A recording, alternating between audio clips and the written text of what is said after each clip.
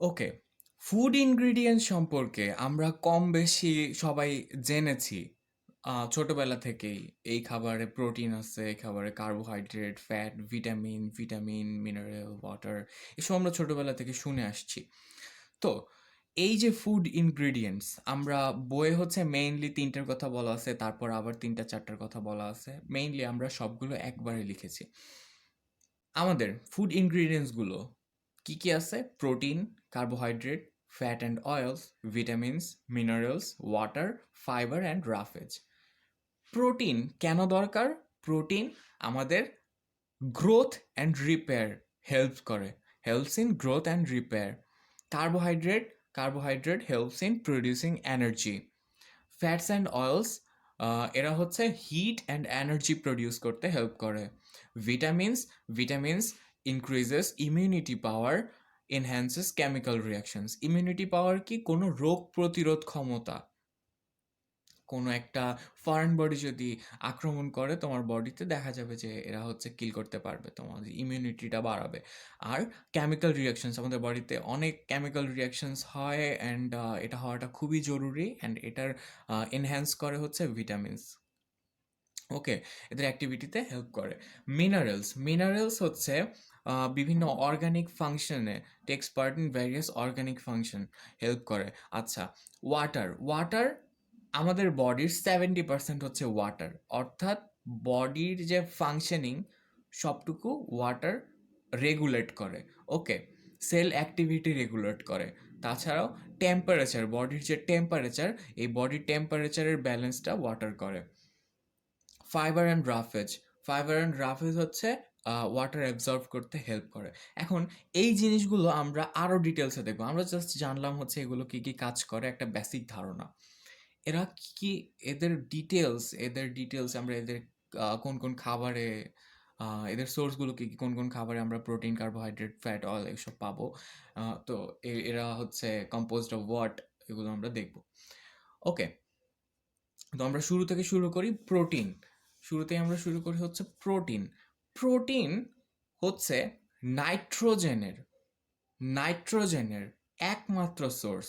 Protein is the only source of nitrogen. প্রোটিনের মধ্যে 16% হচ্ছে নাইট্রোজেন থাকে, একটা প্রোটিন মলিকিউলের মধ্যে 16% নাইট্রোজেন থাকে। And protein is composed of carbon, hydrogen, oxygen and nitrogen. তাছাড়াও sulphur, phosphorus and iron small কোয়ান্টিটিসে প্রেজেন্ট থাকে। Source of protein, there are two kinds of protein, animal protein and plant protein. Animal protein আমরা কোন কোন খাবারে পাই? যেমন হচ্ছে fish, egg, meet, cheese, যেগুলো হচ্ছে আমরা অ্যানিমাল থেকে পাই, এগুলো হচ্ছে অ্যানিমাল প্রোটিন। তাছাড়া প্ল্যান্ট থেকে আমরা যেসব প্রোটিন পাই সেগুলো হচ্ছে প্ল্যান্ট প্রোটিন, যেমন হচ্ছে পালসেস বা ডাল, নাটস, বিন, সিডস, এটসেট্রা, এগুলো হচ্ছে plant protein. Okay, then comes carbohydrates.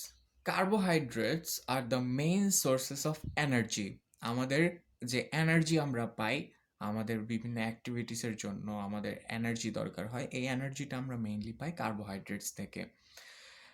They are composed of carbon, hydrogen and oxygen. আমাদের বইয়ে একটা চার্ট দেওয়া আছে, একটা বক্স দেওয়া আছে, যে এখানে কার্বোহাইড্রেটের ক্লাসিফিকেশন করা হয়েছে, যেখানে কম্পোজিশন, এক্সাম্পল, সোর্সেস এগুলো দেওয়া হয়েছে। তো এই জিনিসটা কি দেখো, আমরা এখানে তিনটা ক্লাসিফিকেশন করেছি কার্বোহাইড্রেটের। Number 1, monosaccharide. আমরা কার্বোহাইড্রেটকে তিনটা ক্লাসিফিকেশন করেছি, কি কি? Monosaccharide, disaccharide and polysaccharide. Mono, mono means হচ্ছে সিঙ্গেল, মোনো মিন্স সিঙ্গেল বা one, di means two, and poly means many. Okay, monosaccharide যাতে একটা মাত্র একটা মলিকিউল থাকবে, একটা গ্লুকোজ মলিকিউল থাকবে। দেন ডাইস্যাকারাইডে দুইটা গ্লুকোজ মলিকিউল থাকে। পলিস্যাকারাইডে দুইটার বেশি, মেনি গ্লুকোজ মলিকিউল থাকে। এখন মনোস্যাকারাইডের এক্সাম্পল আমরা লিখেছি গ্লুকোজ, জাস্ট গ্লুকোজ, এখানে আর কোনো মলিকিউল নাই, একটাই। ওকে, আর ডাইস্যাকারাইডের ক্ষেত্রে আমরা লিখেছি সুক্রোজ। এই একটা সুক্রোজ বা ল্যাকটোজ, দেখা যায় এর মধ্যে দুইটা গ্লুকোজ মলিকিউল থাকে। একটা সুক্রোজের মধ্যে ২টা গ্লুকোজ মলিকিউল থাকে। ওকে?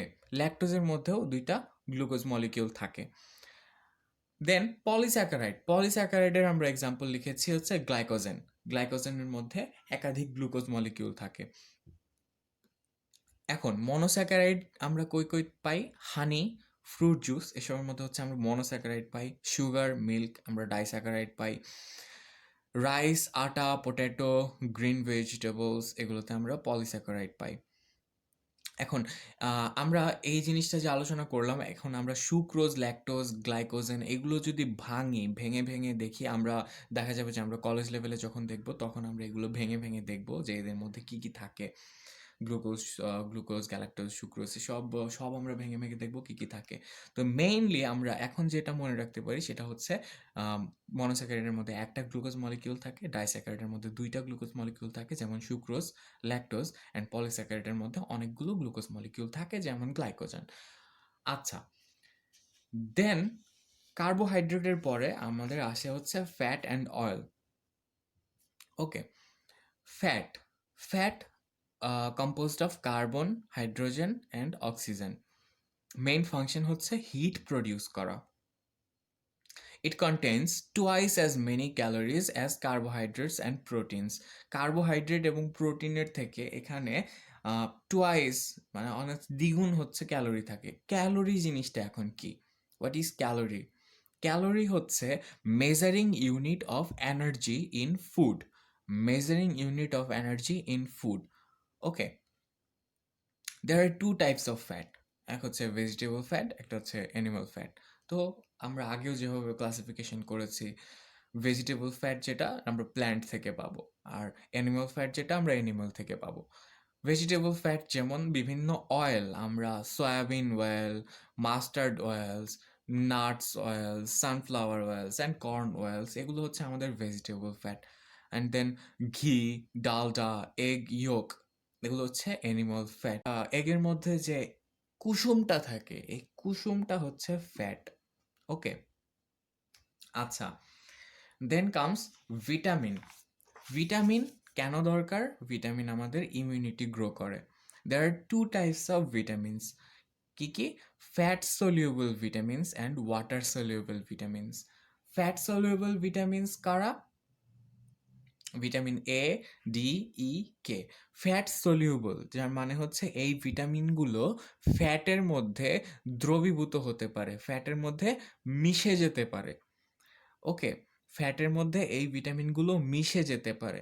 আর vitamin B and vitamin C এরা হচ্ছে ওয়াটার সলিউবল, এরা ওয়াটারের সাথে মিশে যেতে পারে, দ্রবীভূত হতে পারে।